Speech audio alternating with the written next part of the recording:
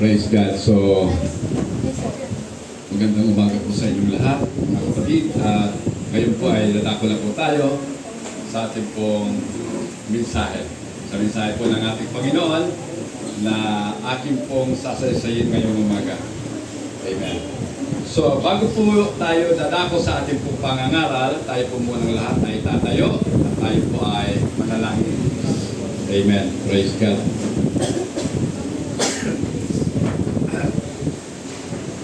Praise the Lord. Hallelujah. Panginoong Jesus, muli po kami po ay lumalapit sa iyo. Nagpapakumbaba, Panginoon. Hinihingin po namin ng Diyos ang iyong pangunguna at paggabay sa amin sa aming pag-aaral ng iyong mga salita. Panginoon, dalangin po namin na ikaw, O Diyos, ang mangusap sa aming pong kalagitnaan. Yung kasangkapanin, ang iyong alipin, Panginoon, ang kanyang isip, ang kanyang puso. Gamitin mo, Panginoon, upang mahayag ang katotohanan na nakapaloob sa iyong mga salita. At sa mga kapatid na nandito, Panginoon, dalangin ko rin po, Diyos, na kanila nga pong maunawaan.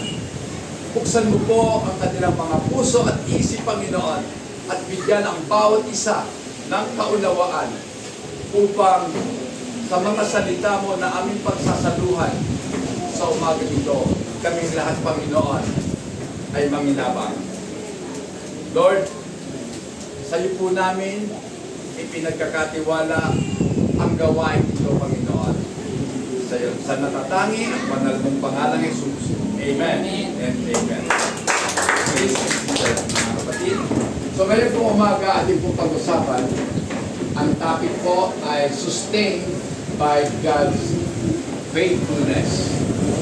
Pag sinabi pong sustain, ibig sabihin, tayo po ay sinusustinahan ng ating Panginoon. Kumbaga, tayo ay tinutustusan ng ating Panginoon sa lahat ng ating pong mga pangangailangan. At ito nga po ay sa katotohanan ng ating Panginoon ay tapat kailanpaman. Amen. So, sa hindi po pagtatagal, mga kapatid, buksan po natin ang ating mga banal na kasulatan. Dito po sa aklat ng unang Korinto, Kabanata 1, talatang 1 hanggang 9. Pakibasa po. 1 Corinthians chapter 1, verse 1 up to 9. Mula kay Pablo na tinawag ayon sa kalooban ng Diyos upang maging apostol ni Kristo Jesus, at mula kay Sostenes na ating kapatid ito, para sa iglesia ng Diyos na nasa Corinto, sa mga tinawag upang maging kabilang sa sambahayan ng Diyos sa pamamagitan ng pakikipag-isa kay Kristo Jesus. Gayon din sa lahat ng tao na nasa lahat ng dako at tumatawag sa pangalan ni Kristo, sa Panginoon natin lahat. 3. Sumainyo nawa ang pagpapala at kapayapaan mula sa Diyos na ating Ama at mula sa Panginoong Kristo.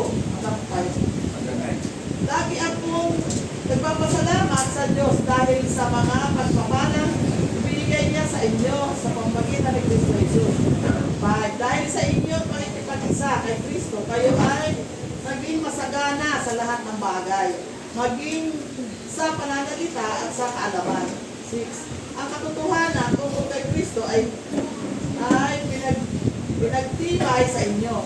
7. Kaya hindi kayo nagkukulang sa anumang pagpapala, habang hinihintay ninyo ang pagbabalik ng ating Panginoong Kristo. 8. Kayo ay gagawin ninyo matatag.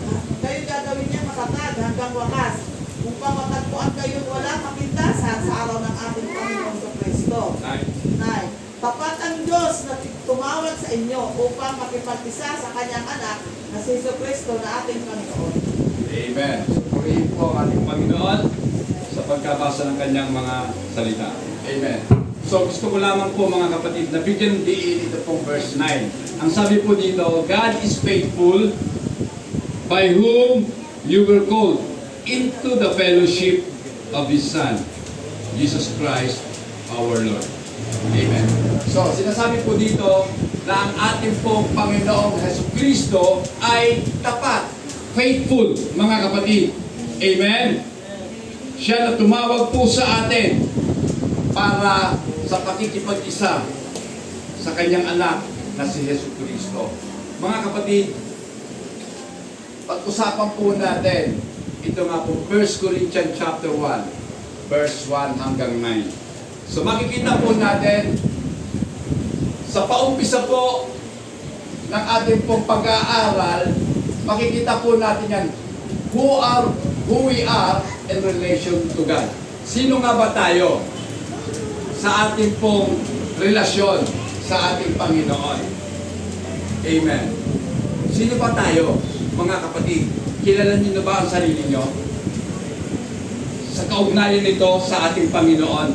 Kung titingnan po natin si Apostol Pablo, sa kanya pong 13 mga sulat na mababasa po natin sa Bagong Tipan, lagi pong nag-uumpisa si Paul sa pamamagitan ng pagpapakilala niya ng kanyang sarili in relation to God. Amen.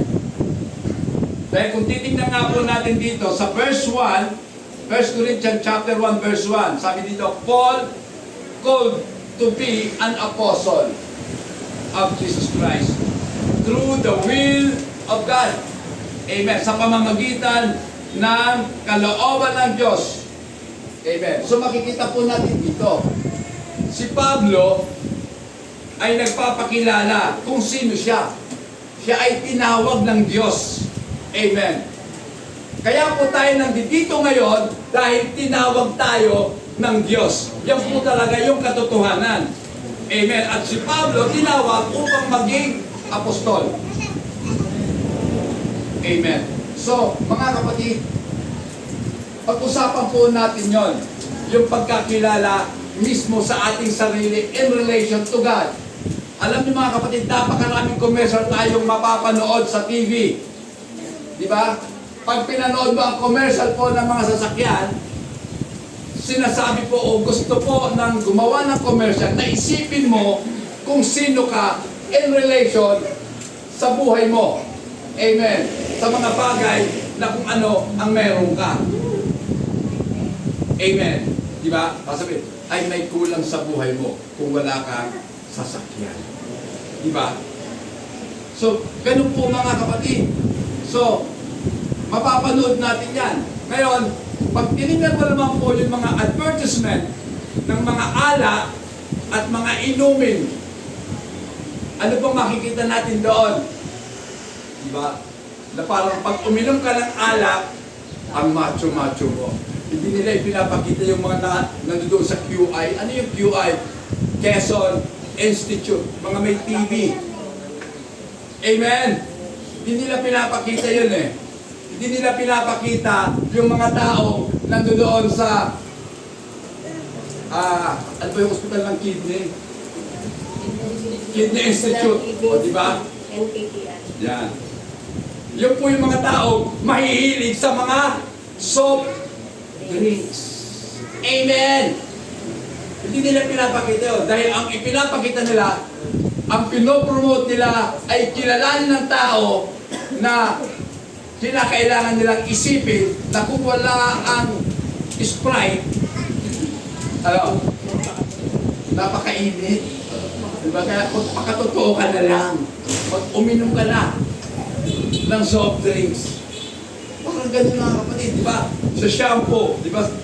Mapapanood mo ngayon, karamihan talaga sa pag hindi sabon, shampoo, ano pa, deodorant, lalo na ngayong tag-init, di ba? Mga pagkain, makikita natin yan sa mga TV advertisement na ipinapaisip sa atin ng mga advertiser yung ating katawan.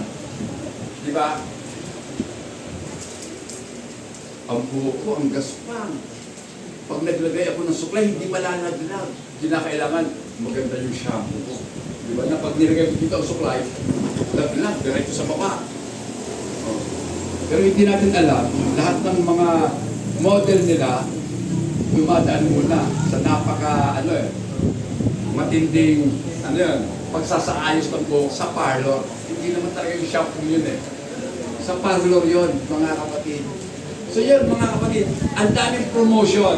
Ngayon po, naglipa na ang promotion mga kapatid. Pinopromote kung sino tayo in relation sa mundo. Amen. So kinakailangan po natin lubos na maintindihan yung katotohanan na kung sino ba talaga tayo sa ating kaugnayan sa Diyos. Dahil lahat ng bagay ay meron pong kaugnayan sa Diyos. Amen. Dahil siya ang lumikha ng lahat ng bagay. Di ba? Ngayon mga kapatid, the Bible is persistent in just one thing. Next na tayo pa. So makikita po natin dito, the persistent testimony of the Scripture. Makikita po natin sa Biblia, ang talagang pagpupumilit nito na ipakita sa atin ang isang bagay. Amen. So, hindi naman kinakailangan natin i-deny na ang mga bagay katulad ng sasakyan, katulad po ng mga kaibigan, na makikita po natin, katulad po ng mga iniinom natin sa mga cafe, then yung pamilya po natin at ang ating katawan, hindi talaga natin madidinay. Katotohanan yan eh. Kinakailangan talagang ayusin natin yan dahil ipinagkatiwala sa atin yan ng ating Panginoon. But to give this thing true meaning in relation to God, kinakailangan po talaga natin isaayos ang ating kaugnayan sa Diyos.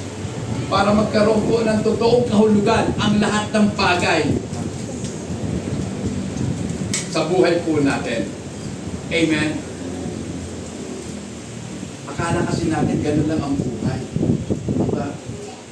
Buong akala natin, ganyan lang ang buhay. Kahapon lang nagulat talaga ako eh. Akala ko nga fake news yung lindol na nangyari po, di ba? Sa Thailand, pero ang pinaka-epicenter talaga ay sa Myanmar. Amen. Akala ko fake news lang yun. Pero para makasiguro, pinuntahan ko po yung BBC o kaya CNN. Totoo, meron. Tapos lumakas na rin yung GMA, ABS-CBN, sabi ko totoo nga. So nakita ko po mga kapatid na wala talagang permanente sa mundong ito. Amen? Amen. Hindi pwedeng magmalaki ang tao. Sabi nga nila, salamat na lang at hindi nag-iba yung 5-star hotel na kung saan lumiligok yung tubig nila sa swimming pool sa pinaka-rooftop, di ba? Lumiligok yung tubig eh. So, mga kapatid, pero tandaan natin, ang nakasulat sa Biblia, walang patong, nakapatong sa pato. Lahat, ang ibig sabihin niyan, lahat gigibahin ng ating Panginoon. Amen? Amen. Kahit itong Biblia, magigiba ito. Kahit napakalaki pa ng haligi niyan. Mga kapatid, ganyan kakapangyarihan ng ating Diyos. Pero, ang Diyos po natin, tapat, kailan pa man. Amen. The Bible defines everything in relation to God. Ang Biblia, mga kapatid, kanyang binibigyan ng kahulugan ang lahat ng bagay ayon sa kanyang kaugnayan sa Diyos. Amen. Kaya nagiging makabuluhan ang buhay ng tao kung siya ay mayroong kaugnayan sa Diyos. Amen.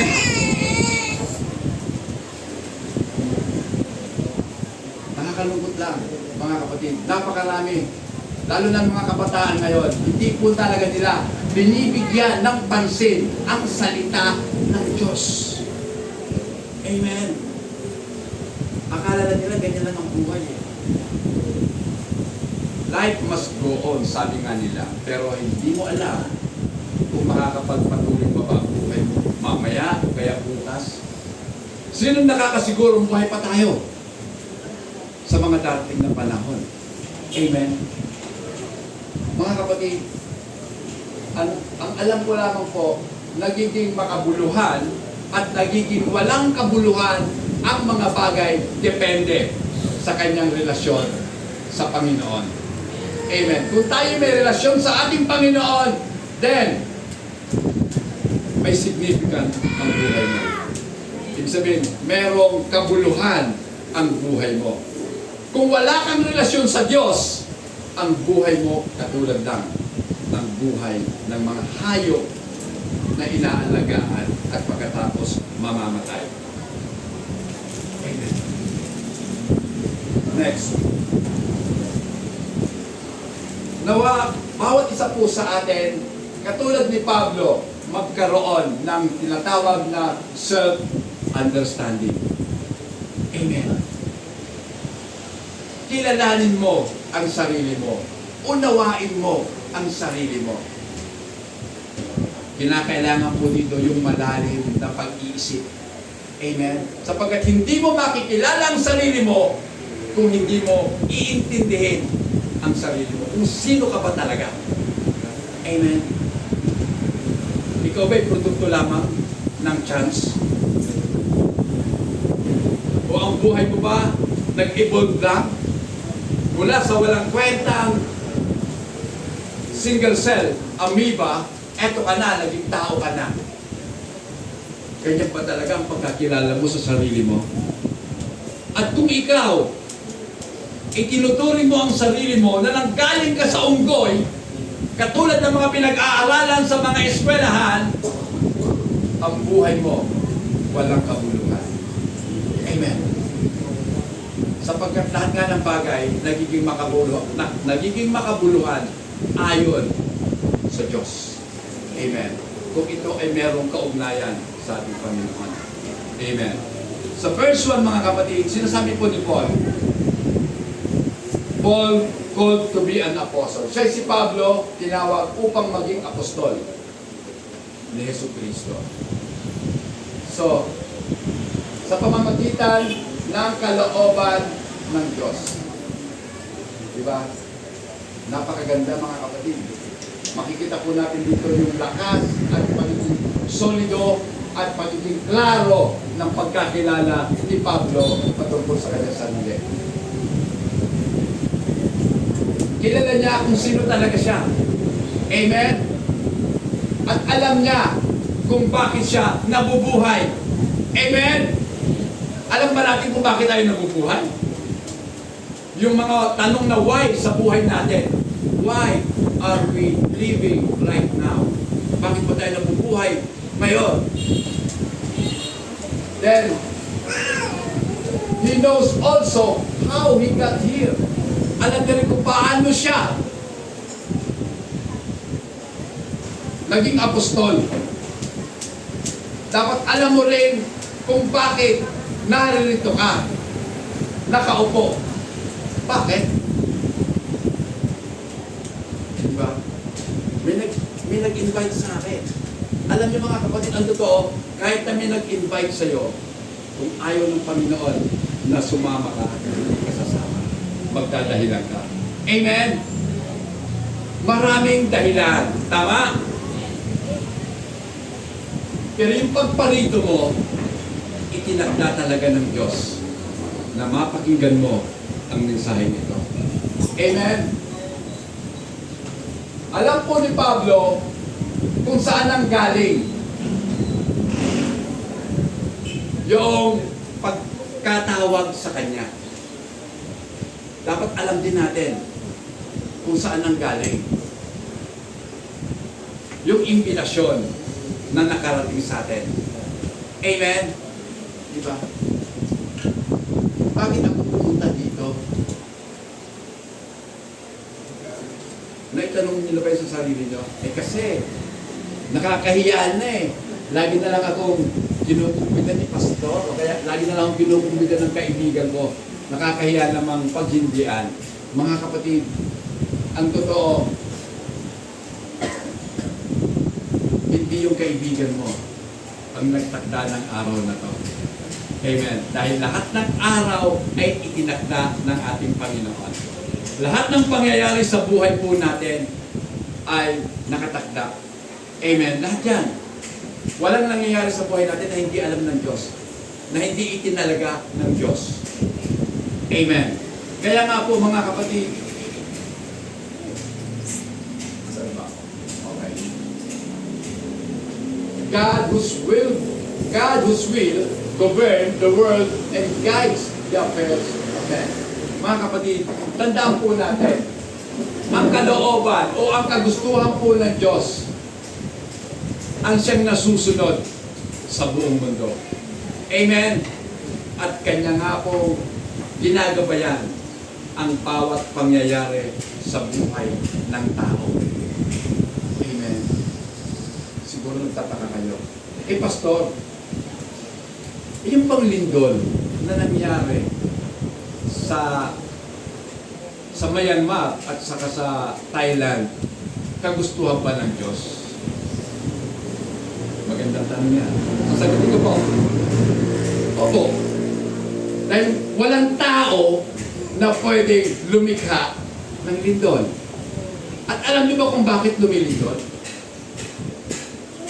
Kung alam niyo mga kapatid, ang ating mundo ay binubuo po ng mga plates sa ilalim ng lupa. May mga plates yan.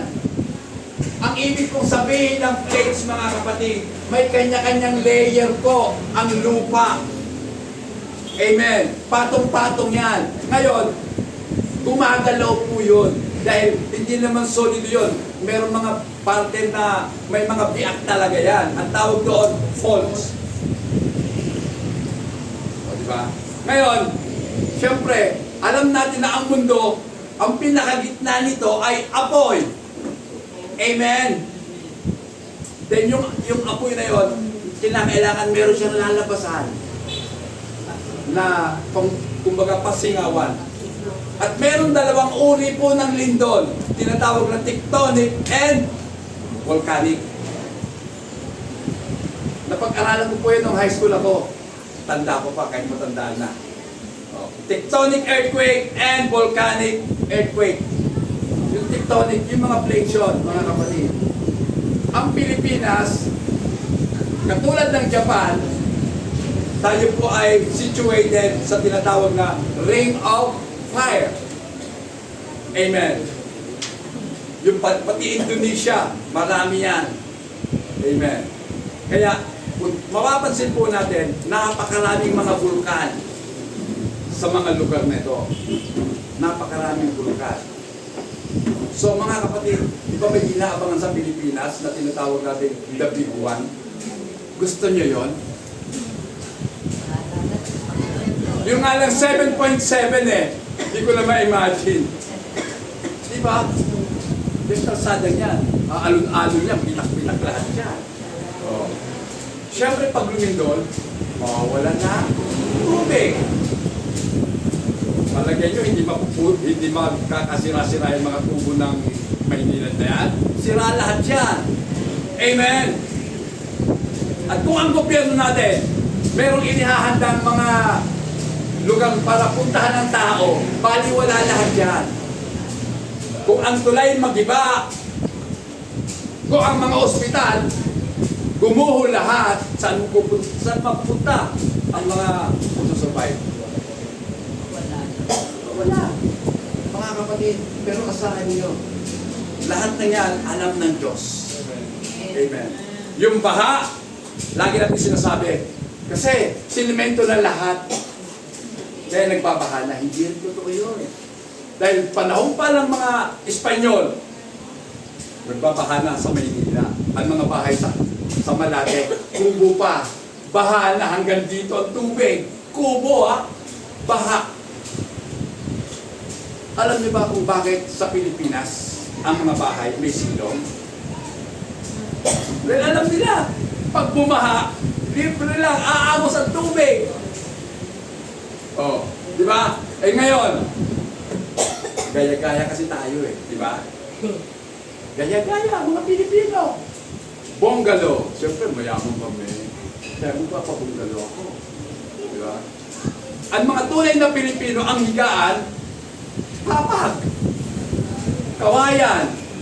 Ang sahig natin sa bahay, may mga gatla-gatla, may mga puwang. Diba? Bakit? Kasi pag summer, pag humangin, sarap. Presko. Diba? May sinong Kaya pag summer, kami mga bata noon, sa ilalim kami ng bahay, naglalaro. O diba? Nagkakami pa ng duyan, sarap ng duyan-duyan. Mga kapatid, alam lahat ng Diyos yun. Dinagay tayo, kaya lang ang tao, matigas ang ulo. Mahilig sumunod sa uso. Amen? Galing natin sumunod sa uso. Diba? Mga K-pop. Maganda yung mga tao ngayon, mga kabataan ngayon, K-pop na rin eh. K-pop pangit. Mga Diba? Grabe. Wala na ba talagang originality ang mga Pilipino? Oh. Mga kapatid, eto yun eh.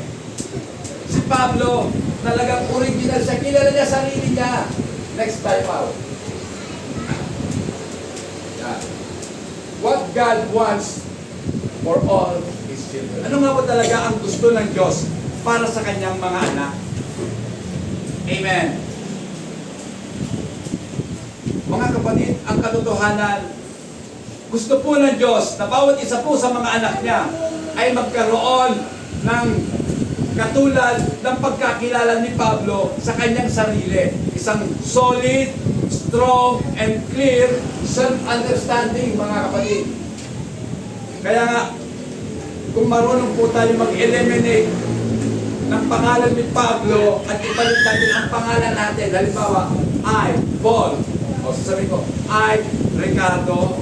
O, ano ba ang papel ko sa inyo? Ako'y pastor, di ba?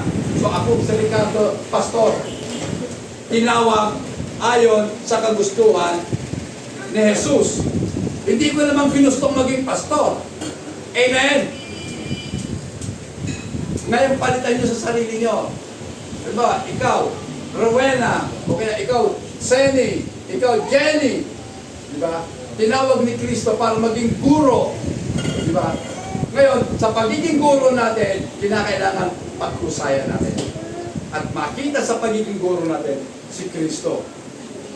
Sa mga pagtuturo natin, may papakita natin si Kristo. Amen? Ngayon sa akin, may papakita ko rin sa pagtuturo ko, si Kristo. So yan po yung dapat natin pagsumikapan sa buhay. Para ang buhay po natin maging makabuluhan. Amen. So tinawag kang maging nanay. Magpakananay tayo. Gampanan natin ang pagiging nanay. Amen. Diba? Walang reklamo. Pag kami, akala nyo lang kayong mga tatay. Akala nyo kayo, mga hari-hari. Hindi ba alam na kami? Kulang pa yung sahod nyo para isahod sa amin?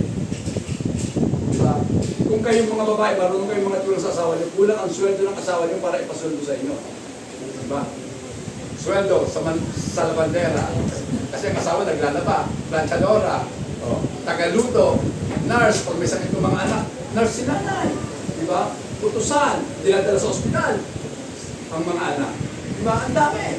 So, mga kapatid, ang ibig kong sabihin, tayo po ay may kanya-kanyang ginagampanan sa ating Panginoon. Amen. Katulad ni Paul, tinawag siya upang maging apostol.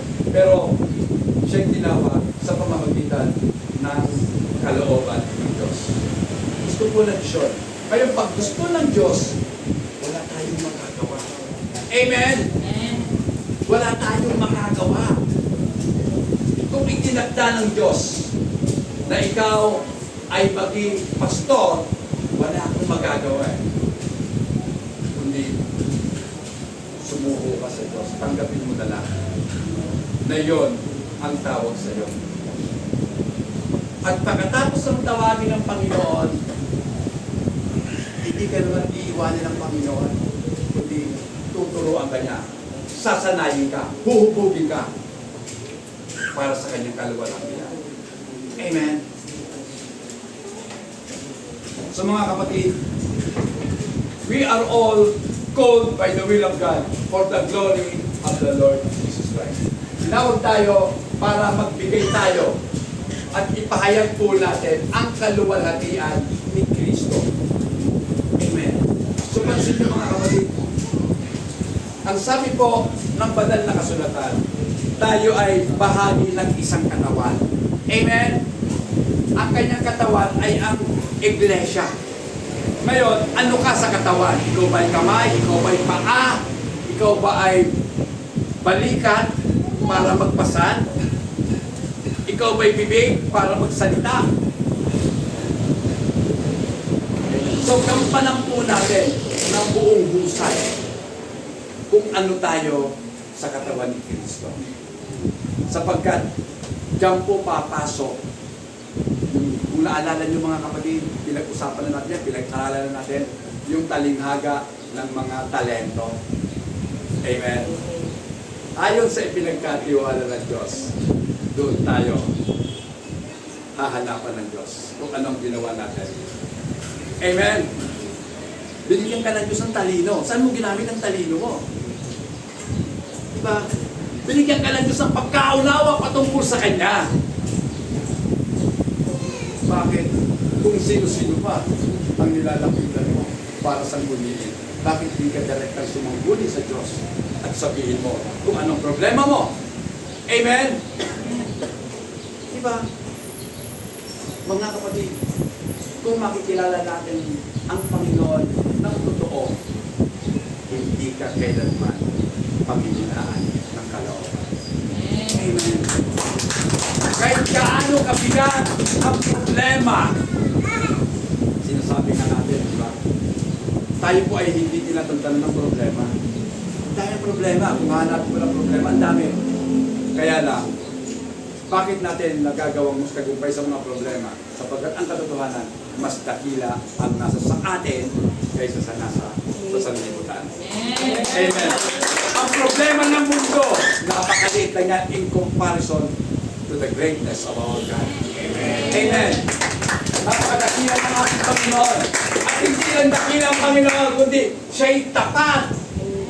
Faithful siya. Amen. Pag sinabi niya, ginagawa niya. Amen. Ang daming pangako ng Diyos sa kanyang mga anak. Alam mo ba yon? Next pa. Ngayon, pag-usapan naman po natin the freedom of being defined in relation to God. Ang kalayaan na kung tayo po ay kinikilala ayon sa ating kaugnayan sa Diyos. Okay? Magkakaroon po tayo, kung sinabing enormous, isang napakalaking estabilidad sa buhay po natin. Ano yung estabilidad? Katatagan. Diba? Nakita ko po yung 5-star hotel, doon po, nakalimutan ko yung pangalan ng hotel na yun sa Thailand, sa Bangkok.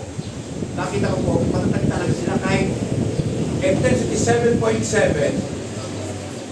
umuuga lang. Parang gumagaling lang yung building nila eh. Sabi ko, patay, nasa pag-ilang floor pa sila doon. Ang taas nila eh.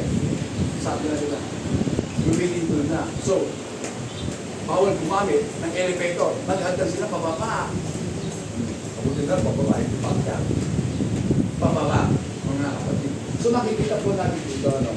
Pag stable, kahit anong bagyo, kahit anong lindol, kung matatag ka, hindi ka maibubuko. Amen? Kasi hindi naman talaga tayo tatantanan ng mga problema. Wala pong Kristiyano nagpapakamatay. Amen? Dahil nagpapakamatay, doon lang ang mga mahihina ang loob.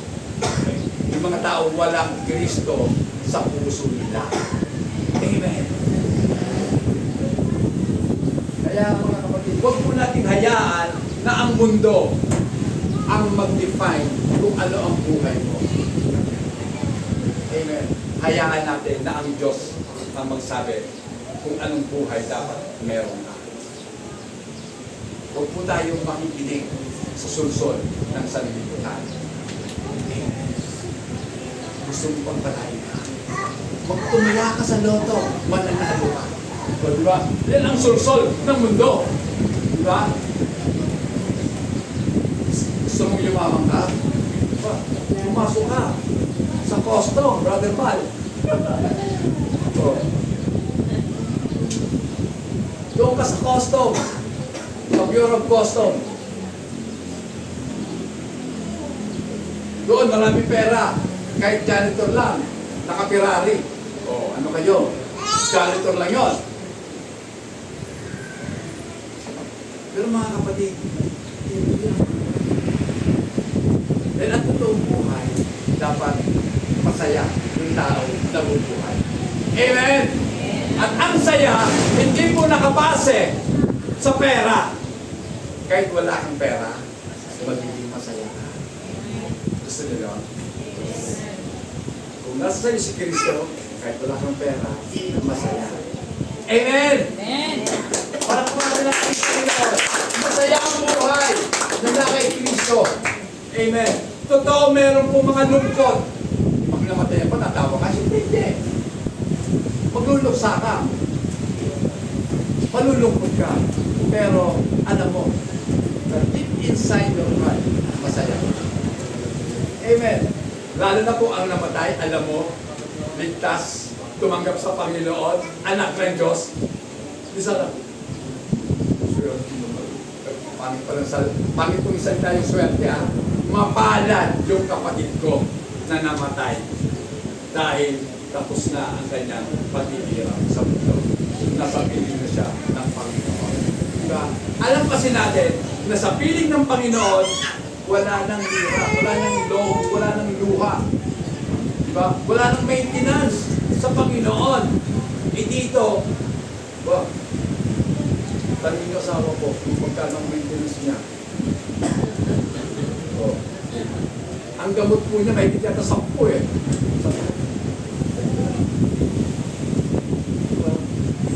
Pero kung tutusin po, hindi dapat ganun eh. Diba? Bakit yung mga magulang natin, yung mga sinaunang tao, wala namang iinom ng mga maintenance medicine na yan? Pero bakit tumatagal ang buhay nila? Diba? Biblically speaking, ilang taon namatay si Moises? 120. At hindi lang yan. Sinito sila, ilang taon namatay. Oh. Maabot sila ng mga 900 years. What klaseng buhay yun? Ano yun? Inuugatan na yung paa. Oh. Pero hindi. Dapat tayong maniwala. Dahil yung sabi ng Biblia, di ba? Oh. Pero ngayon, sabi nga po, umudod ka na ng 70, okay na yun. Natutulog ka pa ng Panginoon ng 10 years, 80. Salamat Lord, 80 na. Diba? Ako nga, sabi ko ni Sister Jenny dati. Sister Jenny, let's go back to this first one. Pero sabi ko, ako'y nangangamba. Sabi ko, bakit? Kasi magsa-65 din ako eh. So, di ba? Parang ito yung pagsubok eh. Pag nalagpasan mo ang 65, aabot ka sigurado ng 80. Pero pag hindi, napakaganda ka lang. 64 na. Diba? Mga kapatid. Pero okay na yon dahil yung buhay naman natin, dinefine ng ating kaugnayan kay Kristo. Amen. Na tayo ay naging mga anak ng ating Diyos. Amen. So, mga kapatid, sa totoo lamang, we will not be subservient to widespread advertising. Next about. So, we will not be subservient to widespread advertising. Hindi na po tayo sunod-sunuran sa mga patalastas na nakikita po natin.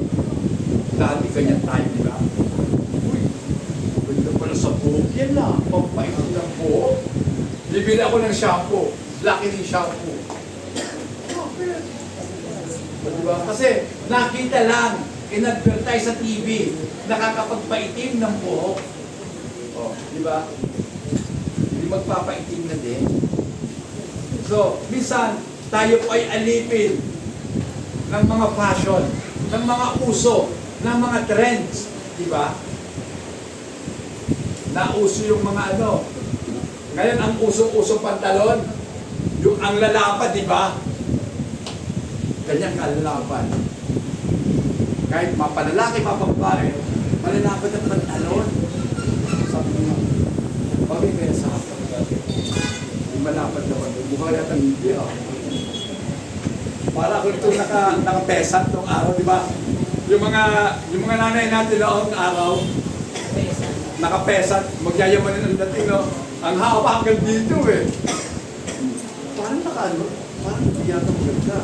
Kasi, sa totoo lang, para kang sa bagay, maganda rin yung kapag madumi sa bahay nyo, ang pantalon mo malapad, parang ka na nagwawalis. Ikot-ikot ka lang sa sala, malilinis. Pero mga kapatid, tama na mo. Kung ano lang yung meron tayo, yun na. Amen. So, ang Biblia wala nang talagang kumbaga, hindi naman po siya wala po siyang passion statement. Basta sabi lang ng Panginoon, manamin tayo ng may kaayusan. Amen. Maayos. So, huwag na po yung mag-expect yung pastor na parang Tagalog. Hindi ako magbabago. Kahit mamatay ako, ayaw ko magbago. Sinabi ko sa asawa ko yan, huwag akong pababagungin. Huwag akong mamamatay. Tama na yung long sleeve na lang. Ordinary lang. Diba? Kasi pag sinusunog ka, wala nang damit, diba? Kasi dagdag ako pa yun. Walang damit. Tinatanggal na yung damit. So mga kapatid, huwag tayong sumunod sa uso. Kasi ang mundo po, nag-a-attempt lagi yan na hawakan tayo. Amen? So gusto po ng mundo, hinahawakan niya ang tao. Pasusundin tayo. At kapag hindi mo nasunod, makakaramdam ka ng insecurity. Naku, wala na ako sa uso. Diba? Pag nakaramdam ka ng insecurity, syempre, dissatisfied ka na. Hindi ka na masaya. Diba? Then, magiging kumilos ka na. Pag nanasa ka na, dapat ganun ako eh. Diba? Dapat makabili. Wala. Mahirap na yung magulang mo. Dapat makabili. Lagi nasa isip mo. Pag tumadang ka sa mall, bibili kita. Yan na lang. Pag pumasok doon sa bench, may nakita magandang pantalon, itatago mo. Babalikan kita, dyan ka lang muna. Kung may pera na pagbalik, wala na. May nakakita nun pala. Katulad na din. Ayun. Na may pera siya. Nung may pera na siya, wala na ang bibili niya. So, satisfied sa buhay. Diba? Nawala na ng satisfaction. Pero ang mga anak po ng Diyos, kahit wala tayo sa uso, kasi hindi naman tayo sumusunod sa uso, diba? Katulad po tayo ng mga punong kahoy na natanim malapit sa patis. Diba? Kahit summer, sariwa pa. Kasi sa tabi lang ng ilog, tumubo. Amen. So lahat po ng mga anak ng Diyos, talagang itinatanim ng Diyos, inilalagay ng Diyos doon sa dinadaanan ng kanyang biyaya. Amen! Kaya, kung tunay kang anak ng Diyos, hindi ka pagkukulangin. Walang anak ng Diyos na nagutom at na malimos ng pinapay. Yan ang sabi ni David. Di ba?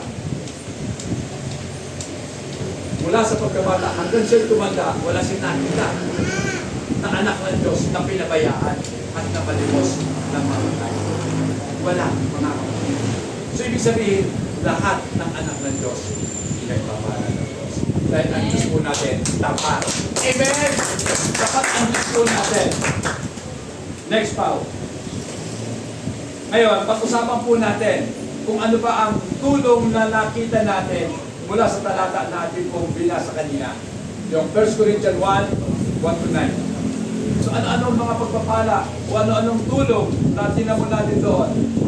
So alam po natin sa 5 talata na ating pong binasa kanina, sa 9 na talata na ating binasa kanina, so lahat po ng yon, ang intention mga kapatid ay matulungan po tayo upang ating malaman ang ating totoong kaugnayan sa ating Panginoon.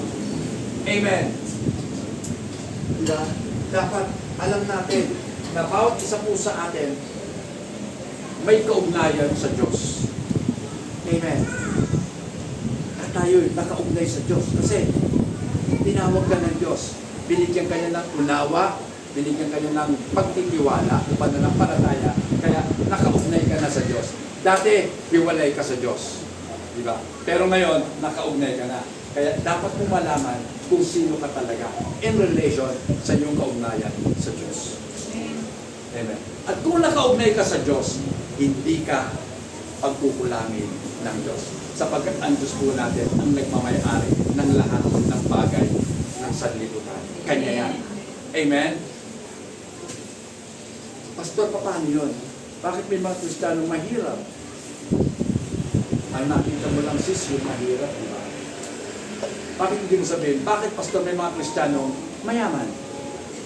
Di ba?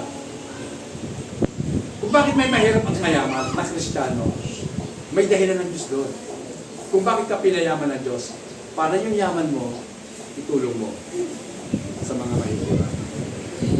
At kung bakit sila mahirap, para may pagkakataon silang tumanggap ng tulong mula sa mga kapatid na mayaman. Amen. So nakikita nyo, yung mayaman, meron siyang ginagampanan. At yung namang mahirap, may ginagampanan din. Sa kanyang pagtanggap, napapasalamatan niya ang ating Panginoon. Amen? Diba? So, kung walang mayaman at kung walang mahirap, paano ang buhay? Diba? Walang ganda. Paano na sinabi? Kung walang pangit, lahat magaganda. Ano kaya ang kinaganda nun? Diba? Ano yung kinaganda? Anong comparison? Wala! Lahat magaganda eh. Di walang kwenta ang buhay kung lahat magaganda. Wala kang paghahambingan eh. Walang pagkukumparaan. Kaya maganda yun eh. Kaya kung ikaw ay maganda, huwag mong ipagmalaki ang ganda mo. At kung ikaw ay pangit, huwag mo namang maliitin ang sarili mo dahil pangit ka. Dahil dapat sa'yo magpasalamat yung magaganda. Dahil kung wala ka, paano sila kaganda? Naintindihan? Diba? Huwag lang ang buhay mga kapatid. Simpleng analogy lang yun. Hindi naman kinakailangan natin maging marunong sa buhay eh. Kinakailangan lang nakakabit lang tayo sa ating Panginoon para maintindihan po natin ang mga bagay. So, pag tinignan po natin ang ating mga nakaraan, ano bang makikita natin sa nakaraang buhay natin? Diba? Pag tinignan mo yung nakaraan sa buhay mo, pangit, no? Next pa. Ay, hindi, tama. Yan lang muna pa. Balik mo pala. Yeah. We look back to the past to define where we came from. Pag tinignan natin yung nakaraan sa buhay natin, yun ang katotohanan ng iyong pinanggalingan. Di ba? Dati sama ng ugali. Di ba? Pero, pag tinignan mo ngayon hindi na. Bakit? Salamat sa Diyos. Amen. Ngayon, pag tinignan mo yung future mo, sino pa sa atin dito ang tumitingin sa hinaharap? Pwede naman, di ba? Pwede ka namang mangarap. Wala namang bayan mangarap. Mangarap kayo. Hanggang gusto nyo. Parang gusto nyo mabuhay. Mabuhay kayo hanggang gusto nyo. Pero pag ayaw na ng Diyos na mabuhay, wala kang magagawa. So, pag tinignan mo yung future, pag ikaw ay nakaugnay kay Kristo, nakasisiguro ka. Amen! Parang mercury drug, di ba? Nakasisiguro, gamot ay lagi. Wala expire doon. Diba? Wala expire, walang mga gamot na expire sa malalaking bibigya. Kaya nga, nung malapit na expire yung mga vaccine nila eh. Yung murahan nila, siguro, balintayan na lang. O, balik puhunan. Nakapag-painti kami dati doon. Nakita kasi namin, may save sila eh. Vaccine, pneumonia vaccine. Gano'n lang, 3K lang. Pag hindi mo yun, mga 5 yun. May shit. 5K. So, 3K. Ang tanong, bakit 3K na lang? Malapit lang. Ma-expire. Pinakasaksak na. Diba? So, gano'n. Pero sa Diyos, walang expiration. Tulad ng ating pinag-aralan kanina. Diba? Yung mana ng Diyos, yung pagkain natin, laging bago. Amen. Hindi nagbibigay ang Diyos ng luma, ng recycle. Walang recycle sa Panginoon. Lahat ng binibigay ng Diyos, laging bago. Amen. Kaya yung buhay mo, pagkagising mo, bagong buhay na naman yan. Amen. Amen. Huwag mo nang kapakapay. Masakit pa rin ang kapakwa. Pagtulog ko, masakit. Paggising ko, masakit pa din. Dapat yung gano'n na binago na ng Panginoon na eh. Yeah. We will go deeper if we can answer these two questions. Meron po dalawang tanong na dapat po namin sagutin. Yeah. At tayo po ilalalim. Next part. Sa dalawang tanong, unang tanong po, what happened in the past that made us a Christian? Ano bang nangyari sa nakalipas na panahon kung bakit tayo naging Kristiyano? Tandaan niyo pa ba kung ano ang nangyari noon? kung bakit ka naging Kristiyano. Kung natatandaan niyo pa, good. Malalim pa nga ang inyong pag-aasawa. Then, number 2 question, what will happen in the future? Ano man ang mangyayari sa ating hinaharap ay magpapanatili sa ating bilang sa Kristiyano. So ano kaya ang pwedeng mangyari sa future na magpapanatili sa atin bilang Kristiyano? Lagi po may blessing para manatili ka sa hindi po yun. Hindi blessing dito ang pinag-uusapan. Kasi gusto po ng Diyos, lumalim tayo sa ating relasyon sa Kanya. Sapagkat kilala natin sa Kanya. Okay. So, next pa. What happened in the past? Ano bang nangyari talaga noong mga nakalipas na panahon? Sa verse 2 ng 1 Corinthians chapter 1. Verse 2 po, to the church of God which is at Corinth, to those who are sanctified in Christ Jesus. So tayo po ang lahat ay sinantified. Pag sinabing sanctified, tayo po ay inihiwalay ng Panginoon mula doon sa dati nating kinalalagyan. Sanctification is pag inihiwalay tayo ng Diyos. Pinapabanal tayo. Pinapag-iba sa pangkaraniwan. Amen? Kasi ang mundo, pangkaraniwan lang yan eh. So inihiwalay ka ng Diyos, ginawa kang hindi pangkaraniwan. Naiiba ka na. Kita mo ba? Yung ugali mo ngayon, bago na, iba ka na sa kanila. Amen? Yung linggo mo, itinugugol mo na para sa Panginoon. Amen? Dati, siyempre, linggo, masarap yung shopping. Kahit walang pera. Anong tawag sa mag-shopping na walang pera? Window shopping. Huwag kayo nagsa-shopping ng window lang, uuwi kayo gutom. Di ba? Pagpasok nyo ng umaga, lalabas kayo gabi, wala naman kayo nabili. Bakit? Kasi nag-window shopping na pasto. Kaalala, pagod na ang katawan, gutom pa ang tiyan. O, di ba? Ganun po ako dati. Yung mga malilit pa yung anak ko, hindi, naging Christian pa kami, malilit pa yung mga anak ko. So, Christian na kami. After namin mag-church, mamisip pa rin kami siyempre. Makatabi na kayo, papasok kami ng hapon, lalabas kami gabi. Bakit? Kasi wala na akong relos noon eh. Sa mall, walang relo. Di ba? Kahit saan ka lumino, walang orasan dito. Sa mall, maliwanag. Pero paglabas mo ng mall, madilim ka. Akala mo, hindi nagbabago ang oras. Sila lang eh. Diba? Alam niyo ba ang mall? Yung nag-design ng mall, lahat ng creation ng Diyos, nandoon din sa mall. Diba? Ang mall, maliwanag. Unang ginawa ng Diyos, liwanag eh. Lights. No. Tama? Sa mga mall, ngayon ang mga mall, meron na silang mga kahoy, mga fake nga lang. Meron na rin waterfalls na fake din lang. O diba? So, mga kahoy. Sa Nomo, meron dyan, di ba? Sino nakapunta dyan sa Nomo, sa boulevard? Meron dyan yung party na may mga kahoy-kahoy. Parang masarap umupo po doon sa mga bench nila. Tapos, pati yung akala mo damo, ano pala, sintetic lang. Ang ganda ng carpet na ito, parang dampo.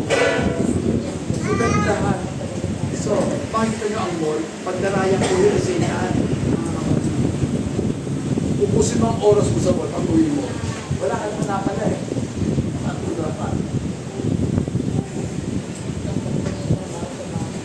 Okay na po yan. So, tayo po ay ginawang iba ng ating Panginoon. Number 2, we are called to be saints. Tinawag po tayo para maging mga banal. Hindi para maging mga santo ha. Dahil sa ibang simbahan, ang santo, mga patay. Sa Biblia, ang santo, buhay. Pag sinabing saints, kayo ay tinatawag ng Bible ng mga saints, mga banal. So, we are called all the name of the Lord. So, iba po yung called by the Lord, called on the Lord. Pag sinabi sa number 3, we call on the Lord. Tayo daw ay tumatawag sa Panginoon. Kaya ka tumatawag sa Panginoon kasi una kang tinawag ng Panginoon. Tama? Kaya bilang tugon mo sa panawagan ng Panginoon, tumatawag ka rin sa Kanya sa pamamagitan ng pananalangin. Amen. So yun po yun. Then, we usually think of sanctification as the lifelong process of becoming more and more holy and Christ-like. Sabi nga po sa 1 Thessalonians 4:3, ano sabi? 1 Thessalonians 4:3. Sige po, madaliin na natin. At ang oras ay 11:30 na. Sige po. Kalooban ng Diyos na kayo'y maging banal at lumayo sa lahat ng uri ng kahalayan. Kalooban. Pag sinabing kalooban, kagustuhan ng Diyos na kayo ay maging mga banal. So huwag niyong iisipin lagi ko kung sinasabi yan dito. Pag sinabing banal, hindi walang kasalanan. Pag sinabi pong banal, naiiba. Amen? Kasi walang Kristiyanong hindi nagkakasala. Lahat po tayo nagkakasala pa din. Sino dito ang walang kasalanan?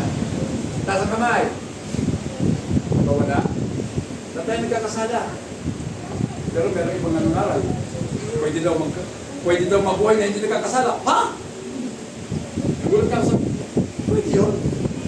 Eh para ano pa ibinigay ng Diyos yung 1 John 1:9? Diba? Sinabi yon sa mga apostol, sa mga mananampalataya, na kung kayo ay magpapahayag ng inyong mga pagkakasala, dapat ang Diyos na patatawarin kayo sa inyong mga kasalanan at lilinisin kayo sa lahat ng karumihan. Ganun ang Diyos natin.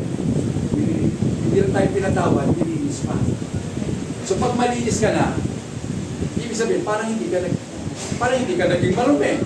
Kasi nilinis ka. Tama? Dati ang isip ko noon, when God forgives, He forgets. Tama yun. Kinakalimutan na ng Diyos. Pero ang tao, hindi na pwedeng mag-forget. Hanggang wala kang dementia. O kaya ano mo ba yung isa? Alzheimer's. Maalala mo lagi. Di ba? Maalala mo yun. Natural lang naman maalala mo eh. Yung mga nakapaalala mo yun. Ako naalala ko kung sino ko nung grade 1 ako eh. Oh. Wala grade 1 hanggang grade 6, kilala ko lahat. Pero yung mga klase ko, sa dami na akong nila, hindi ko na makilala lahat. Pero, tanda. Nag-kinder pala ako, at kilala ko pa yung teacher ko nung kinder ako. Si Ma'am Ana. Pati ang pinili na, kilala ko pa. Grade 1, si Ma'am Juana. Grade 2, si Ma'am Leonora. Grade 3, si Mrs. Bretani. Kung nakalimutan ang pangalan ni Mrs. Bretani. Ay, Mrs. Bretani. Pero hindi ko makakalimutan yung teacher ko yun. Hindi ko makakalimutan yun. Matanda. Lagi niyo pa magbulto siya ng uban eh. Bulutan mo nga ako ng uban. Kasi ang aga kong pumasok, wala pang alauna, makakain ko pala, pasok na kalit sa school, eh natutulog si ma'am. Pasok, bulutan mo nga ako ng ano. Kalbuhin ko kaya itong teacher na to. Kasi puro lang ako ako puro pa. So mga kapatid, ito yun eh. Hindi natin dapat nakalimutan. Kasi ang sanctification mga kapatid, nangyayari po yun. Nung tayo po ay binago ng Panginoon, na wala na yun dati. Diba? Binago ka na eh. So wala na yun dati, naputol na. So bago ka na. So hindi, kaya doon tayo po ay na-born again, doon po nagpasimula ang pagbabago sa buhay natin. At yung pagbabago yun, nagpapatuloy hanggang sa inaharap. Hanggang tayo nabubuhay, patuloy tayo, binabago na natin. Amen. Kaya nga po, ang sanctification is a lifelong process ng pagbabago. Diba? Dati sa atin po kasi dati, akala po natin wala nang pagbabago sa buhay natin. Pero ang totoo, huwag po tayong mawawala ng pagkakataon. Dahil ang pagbabago, nananatili lang yan natin dyan. Hindi po mawawala. Huwag po kayo mag-alala. May pagkain po tayo. 11:36 pala. Tama ba itong relos ko?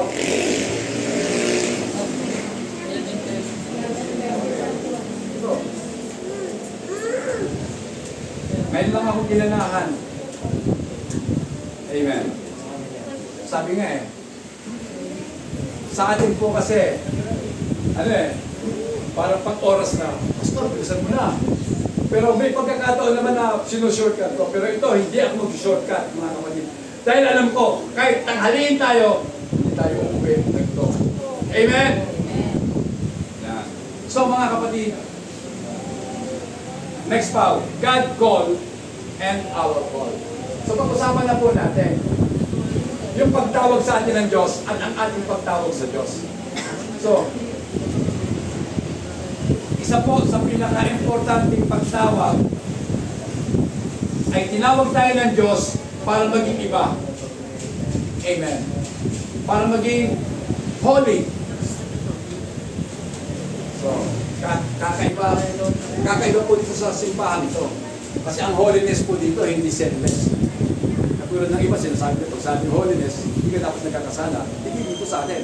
Dahil ang pagkahulugan ko sa pagiging holy, iba ka sa pangkaraniwan. Amen. Iba ka sa pangkaraniwan.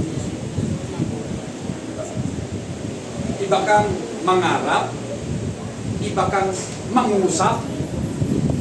Diba? Pag nagsalita ka, iba ka. At ang pangarap mo, hindi para sa sarili mo. Pangarap mo, lalo pang matanyag ang pangalan ng Panginoon sa pamamagitan mo.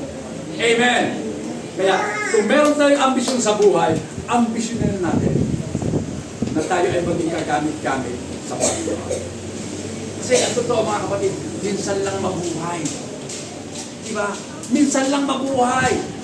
Ngayon, anong paggagamitan mo ng buhay?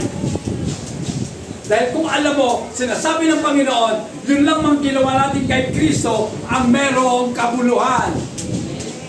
Ngayon, ano na bang ginawa natin para kay Kristo? Diba? Ano na bang ginawa natin para kay Kristo? Isipin nga natin. Ngayon, mag-isip po tayo, ngayon mismo, sa pagkakaupo natin, at sa pagkakatayo kong ito, ano na bang nagawa mo para kay Kristo? Ayoko naman na kayo ay walang magawa para kay Kristo. Kaya sasabihin ko sa inyo ang katotohanan. Kung ano ang ginawa ninyo sa inyong mga kapatid, ginagawa ninyo kay Kristo. Panahon na upang tayo ay tumulong.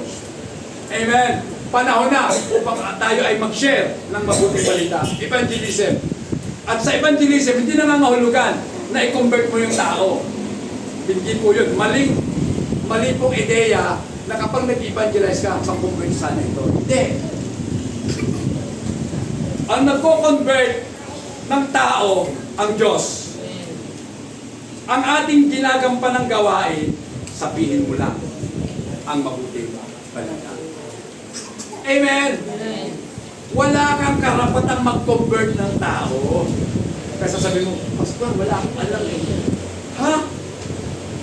Paano ka nabuhay kung wala kang alam? Di ba alam mo naman ang pangalan mo, no? Oo, Pastor, alam mo.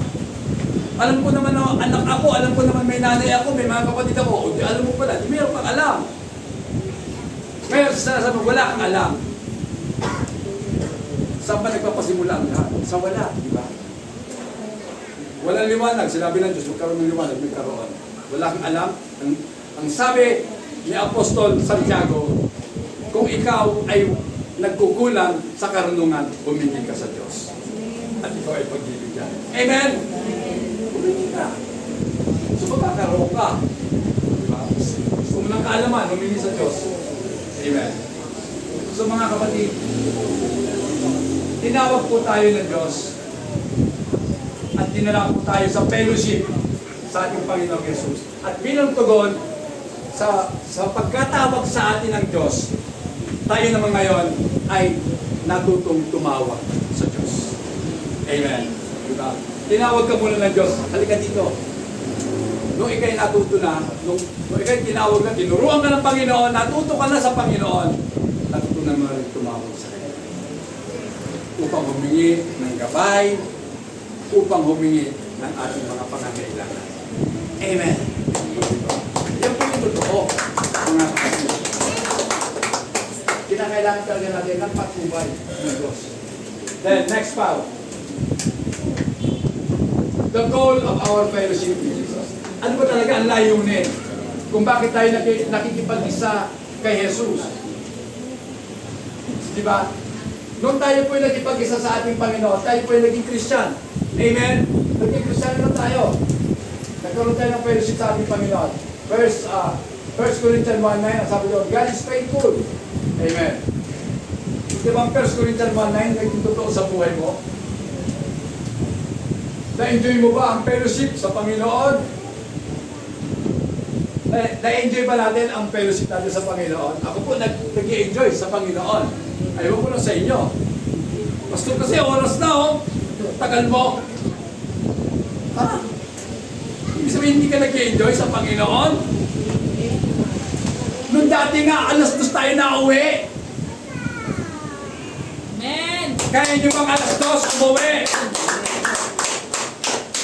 Tagal naman. 2:00. Gugutom na kami. Gugutom kain na. Gusto na makatapos kumain, tuloy natin. Kain naman tayo. Amen. Bakit? Tutuwa na yung baby. Tabi yung bata, natutuwa tuloy oh. Alam mo itong batang to, sana ganyan ang mga bata. Nung makita ko, gusto ka agad tumamay. Oh. Kumakalakpak na yung batang yan. Oh. Mabuti pa yung bata. Yung matatanda, hindi. Oh. Ayaw natin. Kaya pala sinabi ng Panginoon, kung hindi kayo sapagkat sa mga katulad ng batang yan, ang kaharian ng Diyos. Diba? Mga bata, pag nag-away-away, maya-maya, pati-pati na. Ang matatanda, pag nag-away, hanggang mamatay, hindi magbabati. Oh, diba? Ano ang kaibahan ng bata sa matanda? Ang laki. Kaya tama ang Panginoon, maging mga bata tayo. Ang mga bata hindi marunong tumingin ng oras. Ang orasan nila, gutom na kami. Diba? Iiyak na lang yan. Pag umiyak kaya ito ka lang, gutom na. Padidiin mo na yan, mabubusog na. Titigil yan. Diba? Mga kapatid, ito tayo. So, ang buhay po natin dapat nasa Panginoon. Dapat tayo pong lahat ay kumukuha sa Panginoon ng kapatawaran ng ating mga kasalanan. Sa Kanya tayo humuhugot ng lakas po natin. Amen. Hindi sa gym. Kuha nyo? Bakit nag-gym ka, Pastor? Hindi ako nag-gym, ha? Kasi gusto ko lumakas. Hindi. Sa Panginoon, siya po yung source ng kalakasan natin. Siya yung pinanggagalingan ng pag-asa natin sa buhay. Siya yung pinanggagalingan ng ating gabay. Amen. At higit sa lahat, siya yung pinanggagalingan ng kagalakan ng ating mga puso. Amen. The joy of the Lord is my strength. Diba? Ang tao na malungkutin, mahina nilalaki. Mahina talaga yan. Kasi maliwalag eh. Ang sabi ng Biblia, ang kagalakan sa Panginoon, ang ating kalakasan. Diba? Nakakita ka namang galak na galak pero mahina? Walang ganon. Pag galak na galak, tumatalong pa nga eh. O diba? Pumapalakpak na, meron pa nanonood ng masjid na. Walang ganon. Diba? Kasi galak na galak ka, tumatalon yun, pumapalakpak na kataos ang kamay. Pero pag sa Panginoon, dapat lalo na, nakataas ang kamay natin. Amen! Dapat sa Panginoon, tayo po ay magpakalakas. Amen!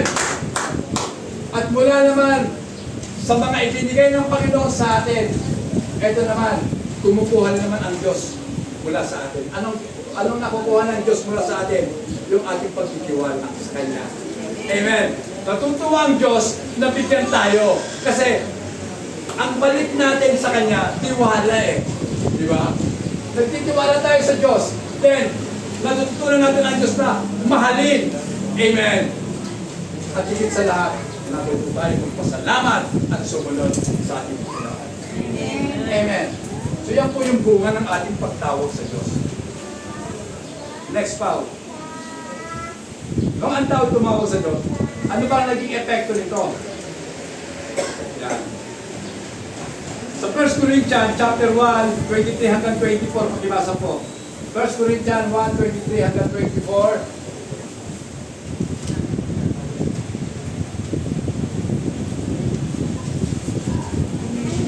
Sige po, pakibasa sa Tagalog.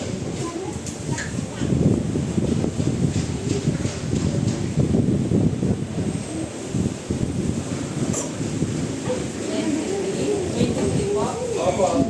Ngunit ang ipinangaral namin ay si Kristo, tama po, Opo. na ipinako sa krus na para sa mga Hudyo ay isang katitisuran at para sa mga Hentil ay isang karangalan. Subalit sa mga tinawag ng Diyos, maging Hudyo o maging Griego, si Kristo ang kapangyarihan at karunungan ng Diyos. Amen. So maliwanag po sinasabi dito. Ngunit ang ipinapangaral namin ay si Kristo na ipinako sa krus. So ipinapangaral po natin dito si Kristo na ipinako sa krus. Para sa mga Hudyo, ito daw po ay isang katitisuran. May Diyos bang ipinapako sa krus? Siyempre wala. Kaya nga sabi ng mga taga-kabila, yung Diyos niyo pala ipinapako eh. Bakit? Ito naman, Diyos namin ipinako. Dahil kung hindi ipinako ang Diyos namin, wala kaming kapatawaran sa ating mga kasalanan. Sabi ng mga Griego, ito ay kahangalan. Di ba? Sa mga Hudyo, katitisuran, sa mga Griego, kahangalan. Pero para sa ating mga naniniwala, sa ating Panginoong Jesus, si Kristo ang kapangyarihan at karunungan ng Diyos. Di ba? Na kay Kristo, siya yung karunungan ng Diyos. Gusto mo maging marunong sa buhay?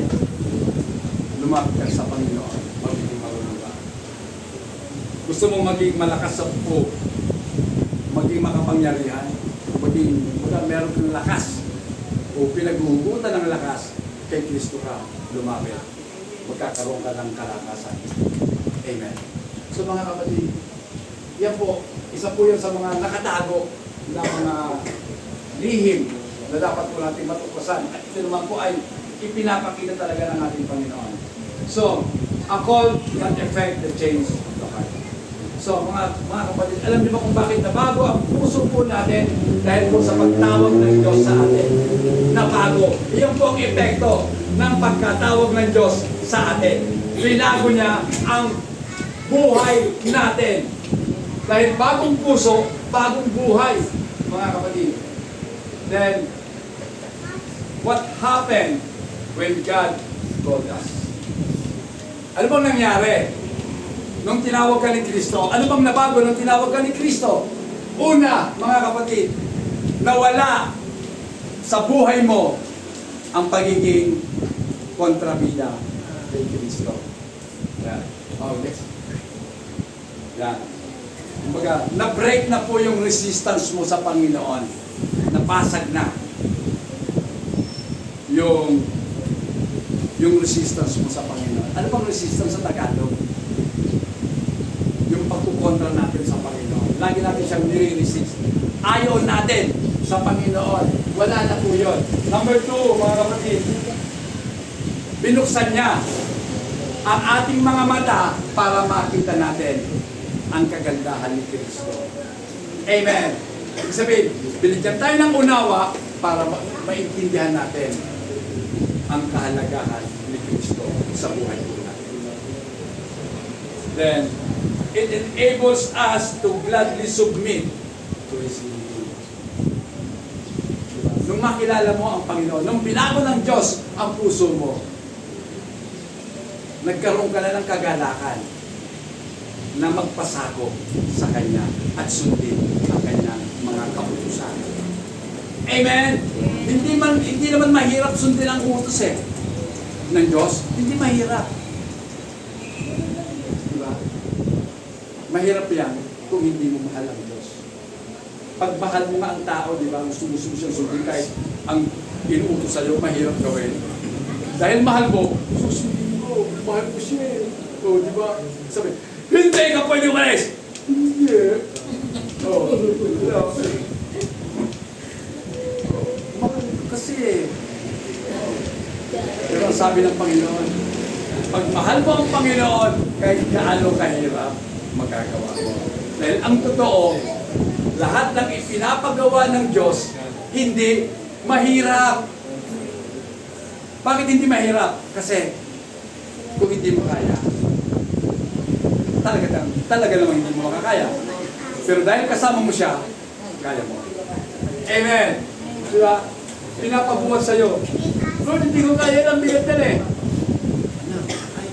Kasama ko ako. Ayaw ko na. Makakalimutan mo kasi lagi. Kasama ko ang Diyos. Di ba mga kapatid? Ngayon, what will happen in the future? Ano ba mangyayari sa future natin? Sige na. What will happen in the future? Hoy! 8 minutes sila. Mag-alas ko sila. So, how can we be sure that faith we have now, we will have in 10 years from now? Gaano ba tayo kasiguro na yung pananampalatayang meron tayo ngayon ay taglay pa rin natin ngayon o taglay pa rin natin after 10 years mula ngayon? Yung paniniwala mo ba kay Kristo ngayon? Ganun pa din? After 10 years, maniniwala ka pa rin sa Kanya? Kami po mga kapatid, ako po'y naging mananampalataya ng Panginoon. 1 taon pa lang si Miguel. May ilang taon na yan. So mahigit na po, magka-40 taon na mananampalataya ako. Malapit ng mag-40. So mula noon hanggang ngayon, at ang natutunan ko, habang tumatagal, lalo kang napapamahal sa Panginoon. Amen!